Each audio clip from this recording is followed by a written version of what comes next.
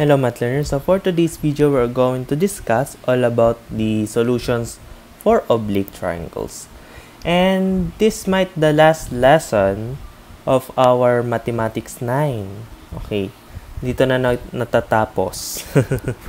Okay, so akalain nyo, no, nagsimula ako ng vlog ng about sa grade 9 when I was 16 years old, or that was 2020.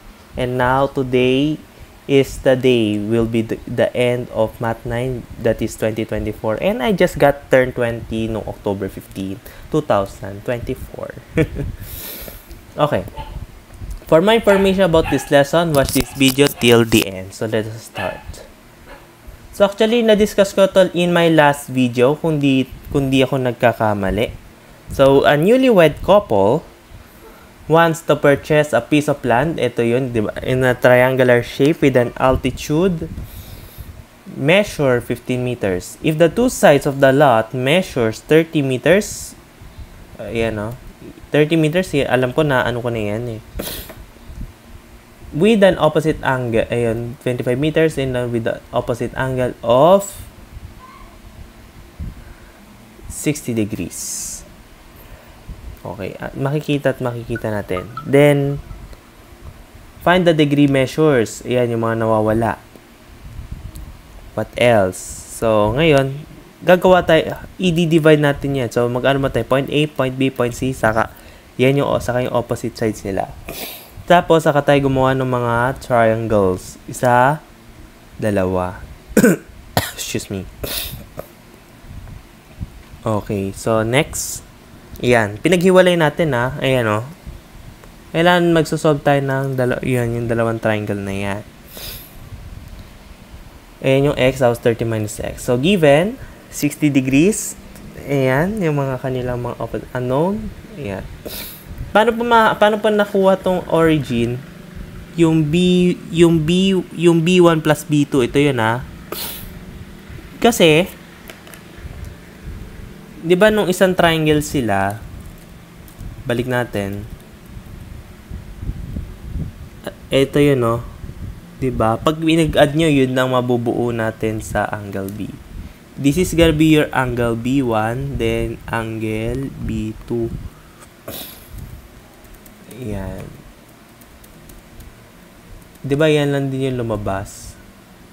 Kasi ginawa lang natin dito, yung B1, kasi 90 minus 60 kasi meron ka ng given angle dito eh. So 30 degrees. Then to find, alam nyo yung sin 60, 'di ba, is 50 yung yung tawag dito. Opposite over hypotenuse. Tapos nung dinerive to, cross multiplication. Then ito, or pwede rin naman sa 30. Kaso ang gagawin nyo, 'di ba, para mahanap yung D1, pwede rin naman kaso, pwede naman cosine, kaso wala ka naman value ng x. Okay? Cosine ba? Oh, tama. Hindi, sine pa rin. Kasi sine 30, ano ko, sine 30 to. Kaso, pwede, cosine 30, cosine 30, pwede. Pwede pala cosine 30. Hindi, meron kang 15 meters, saka D1. Then, kahit isolve nyo yan, sige, try natin i-solve. Cosine 30. Try nyo lang i-divide yung 50 sa cosine 30. Ganon din ang lalabas. Ito lang din yun. Okay. So, ayan, nakuha na natin ang ano pa huling natin hinahanap. Meron na tayong C. Sa B2 naman. Ganon lang din. 53 over 0.13. Okay, nung nahanap na, pwede nang i-add yung mga angles. So, B1 plus B2, 30 plus, yan. So, yan yung mga angle. Okay. Dito kasi, nasolve natin siya with an altitude. Gaya nung ko sa last video. Ngayon, paano kung wala? So, we are going to discuss also the 4 cases of solutions in oblique triangle. So, una dyan is we have two angles and a side given. Or kilala siya sa ASA, kung di ako nagkakamali. Or AAS. Next, two sides of the angle and the opposite. So, ganun lang din. Applied formula, sine law, is ito yon tatlo. Dito sa part na to, it's either ito, or ito ang pwedeng i-apply sa ano. Mamaya papaliwanag naman natin kung ano yung mga pinagsasabi ko. Next, case 3, two sides and an included angle given. Then, three sides are given. At ano ang gagamitin? Applied formula is we have cosine law. Ayan, tatlo yung isa, dalawa, tatlo. Okay? Ito, ang pinakaiba ng case 1 sa case 3, ito, two angles. Two angles. Ito naman, two sides. Okay? Ito naman, and a side given. Isang side lang yung given. Ito, angle lang. Ito, with the two sides, with an opposite angle. Okay? Next, three sides are given. Three sides are given. Ang laki ng diferensya, di ba? Okay, so, yan. Same given. Kaso, wala tayong given latitude. So, A, B, C, meron kang given na 60 degrees. 25 saka 30. Meron kang opposite angle. Two sides and an opposite angle. So, anong hinahanap natin? Find the degree measures of the two angle and the measure of the third side. Ito na yung triangle nyo. No? So, inana natin. So, makikita nyo rito, case 2. Sabi rito kasi case 2. And a given opposite one is given. Nakalagay. So, we're going to use sine law. Okay? Bakit?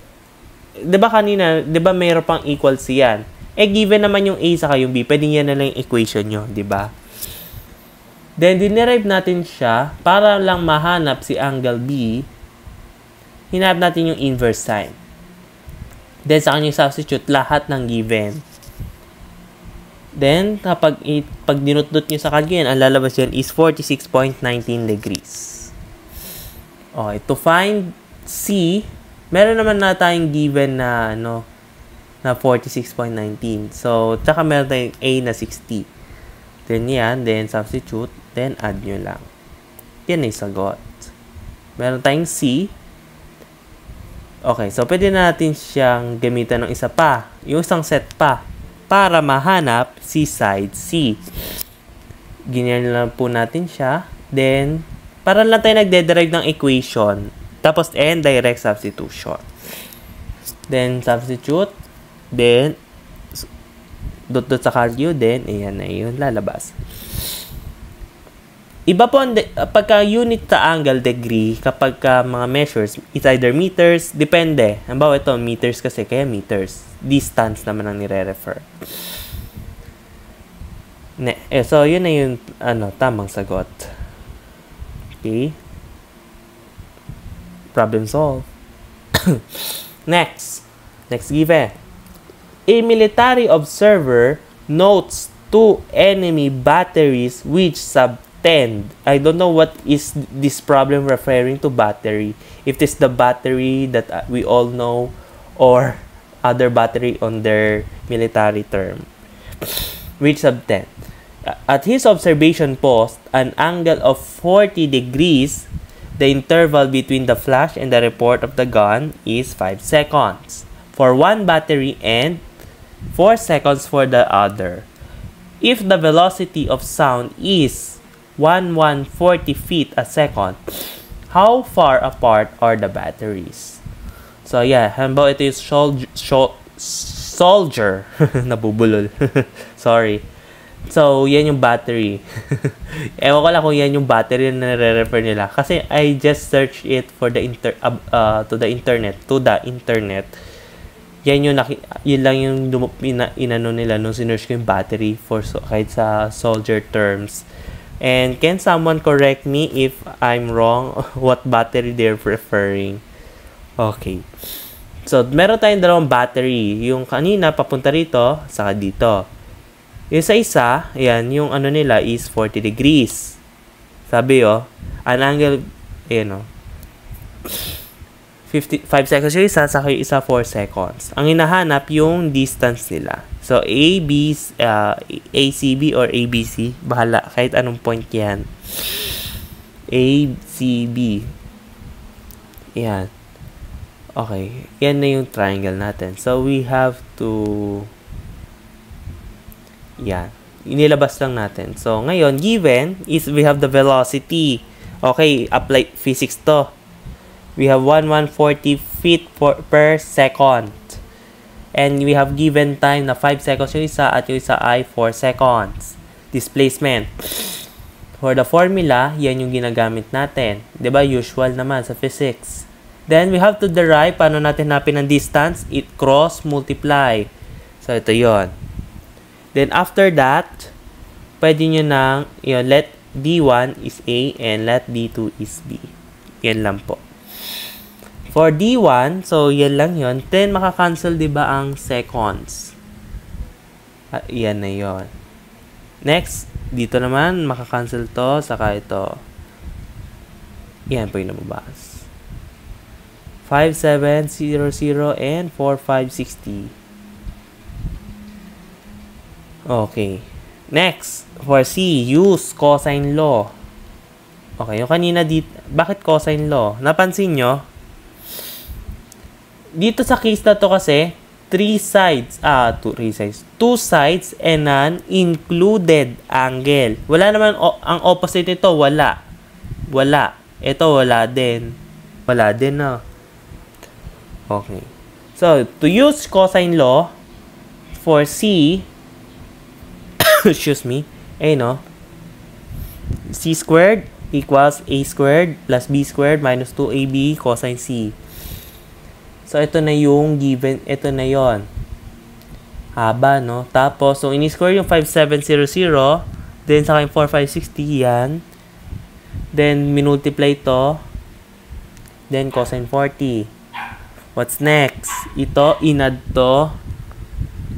Tapos yung isa, retain. Tapos minus, hindi pala minus kasi may cosine 40.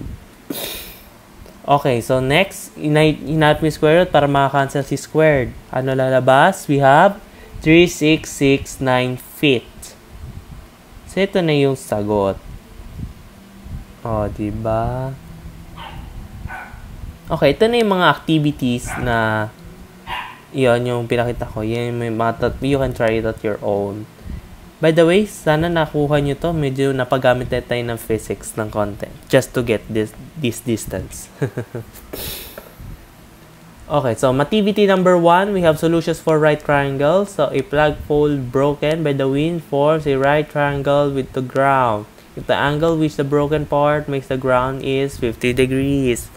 And the distance for the tip of the flagpole to the foot is how tall was the flagpole? Akalain nyo, no? Para ang drawing dyan sa sabi, was 4. Parang magdo-drawing ka ng broken flagpole dyan. Yan yun eh. Tapos, ito yun, diba? Tapos, this is 50 degrees. Tapos, ang sabi, the distance from the tip of the flagpole to the foot is 55 feet. Ito yon. Ang hinahanap, how tall was the flagpole? Ito yon. Ngayon, paano nyo hahanapin? Next, dito naman, a ladder, 36 feet long, rests against the wall. Ito yung wall, Tapos, ito yung sabi. Ito yung ladder. Sige. Its foot being at a horizontal distance is 25 feet. Ito yon. From the base of the wall, what angle? Ito angle. Ano ang angle? Does the ladder would make to the ground of meters? Tapos ito pala 36 feet. Yeah, paano nyo kaya hanapin yan? Yan may clue na kayo Next, angle of elevation, kaya nyo na yan. And then, sa oblique triangle, saka di-discuss lang natin. So, yan. Well done. So, hopefully, meron kayo natutunan for today sa ating grade 9. And don't worry, natapos lang po yung lesson ko sa grade 9 pero hindi pa po katapusan ng vlog ko. Okay, so ngayon, meron pa naman tayong iba pang content na natitira. Meron pa naman ako i-discuss sa 7, saka sa 8. Tapos na yung grade 10 ko eh. Okay, 7, 8, Gen Physics, and Gen Chem. Sa Gen Physics, para sa mga nanonood na grade 9, yan lang din, parang in-apply lang din yung mga dinidiscuss sa inyong science class. Okay, so yun pa. Marami pa tayong pagdadaanan. At kung gusto nyo mag-engineering, meron din akong hinahandang lesson para dyan. Okay, so that's all for today, and hopefully meron kayong natutunan sa ating last lesson na grade 9. So, as you can see, ito yung yung ating QR code. That is how you can visit my website. Kung di naman sa QR code, nasa baba naman yung yung link. Ayan nasa baba naman yung link, yung HTTPS. Tapos makikita nyo rin sa Google Classroom na doon ko rin naman pinopost or ilahat ng mga PowerPoints na ginagamit ko sa aking vlog. So, as for you na pwede nyong balikan yung lesson na ginagamit natin. Okay? Magsimula sa una hanggang dulo. Meron ako mga various grade levels na pwede rin magamit. Mabasa nyo. Okay. So, now that's all for today. And thank you for watching the videos till the end of our lesson ng grade 9.